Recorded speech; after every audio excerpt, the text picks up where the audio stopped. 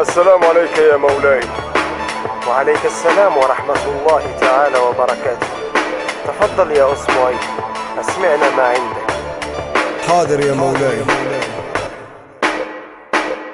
صوت صفير البلبلي هياج قلبي التاملي، الماء والزهر معا مع زهر لحد الموقلي. وأنت يا سيد لي وسيدي ومولى لي، فكم تيمني مزيل عقيق لي. قطفته من وردة من لتم ورد الخجل، فقال لا وقد غدا مهرولي. والخود مال طاربا من فعل هذا الرجل، فولولت وولولت ولي ويلني. فقلت لا تولولي وبين اللؤلؤ لي. قالت له حين كالدند وجد بالموقل، وفتية سقونني قهوة كالعسل لي. شممتها بأنا في أزهامنا القرنفل، في وسط بستان الحلى بالزهر والسرور لي. والعود دندان لي وطبل طاب لي.